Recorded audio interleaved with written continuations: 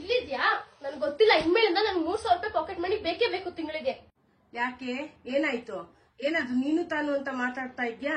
3,000 ರೂಪಾಯಿನಾ? 3,000 ರೂಪಾಯಿ ಎಲ್ಲ ಕೊಡಕ್ಕಾಗಲ್ಲ. 500 ರೂಪಾಯಿ ಕೊಡ್ತೀನಿ ಹೋಗು.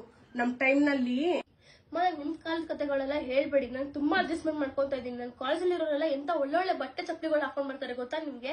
ಆದ್ರೆ ಎಷ್ಟು ಒಳ್ಳೊಳ್ಳೆ ಫೋನ್ ಇದೆ ಗೊತ್ತಾ ನಿಮ್ಗೆ? ನನ್ನ ನೋಡಿದ್ರೆ ಹೊಡೆದೋಗಿರೋ ಫೋನ್ ಇದೆ. ನನ್ಗೆ ಎಷ್ಟು ಅವಮಾನ ಆಗ್ತಿದೆ ಗೊತ್ತಾ?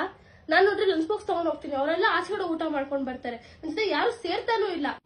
ನನ್ನ ಫ್ರೆಂಡ್ಸ್ ಎಲ್ಲ ಏನಾದ್ರು ಕೊಡ್ಸ್ತಾನೆ ಇರ್ತಾರೆ. ನಾನು ಅವ್ರಿಗೆ ಏನು ಕೊಡ್ಸಕ್ ಆಗ್ತಾ ಇಲ್ಲ. ಬೇರೆಯವ್ರ ಮಕ್ಕಳು ನೋಡಿ ಕಲೀರಿ ಅಂತಿರಲ್ಲ, ಹಾಗೆ ನೀವು ಅವ್ರ ಅಪ್ಪ ಅಮ್ಮ ನೋಡಿ ಕಲಿ.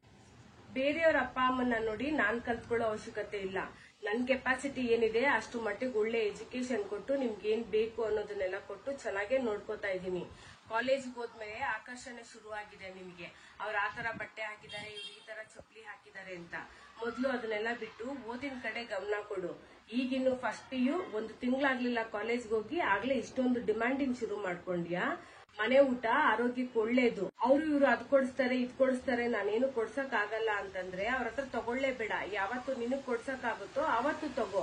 ತಂದೆ ತಾಯಿ ಕಷ್ಟನ ಅರ್ಥ ಮಾಡ್ಕೊಂಡಿಲ್ಲ, ಇಷ್ಟು ಒಳ್ಳೆ ಕಾಲೇಜಿಗೆ ಸೇರ್ಸಿದ್ದಾರೆ ಅನ್ನೋದು ಏನು ಇಲ್ದಿರಾ ಇಷ್ಟೊಂದು ಮಾತಾಡ್ತಾ ಇದ್ದೆ ನನ್ ಮುಂದೆ ನಿಂತ್ಕೊಂಡು.